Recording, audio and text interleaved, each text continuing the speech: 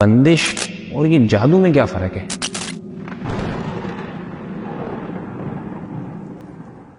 जादू और चीज है, बंदिश और जादू तो बाज लोग ने कि इसके मखसूस लोग होते हैं जो ये करते हैं और वो गंदा अमल है, ये जायज भी नहीं है। बंदिश अब यह कि बहुत सारी बातों को बंदिश कह दिया जाता है जबकि वो भी एक्चुअली बंदिश ना होती हो, और जादू के जरिए भी बंदिश हो सकती है।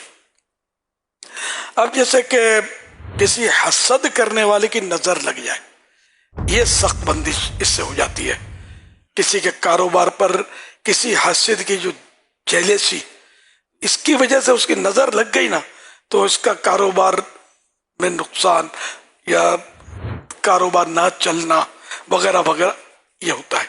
इसी तरह बारहा ऐसा भी होता है कि अपने गुनाहों की वजह से, कई गुनाह ऐसे होते हैं कि जिनकी वजह से कारोबार पर, अपने घर के मामलात पर इसके असरात मुरतब होते हैं, और इसको भी मतलब ये बंदिश का नाम दे दिया जाता है।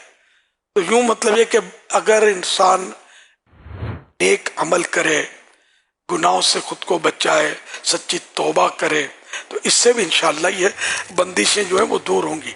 अलबत्ता बाद बंदिशें जो नजर के ताल्लुक से, जैसे मैंने अर्ज किया, तो फिर उसका वो इलाज भी करना होगा कि उसका कोई तोड़ हो जाए।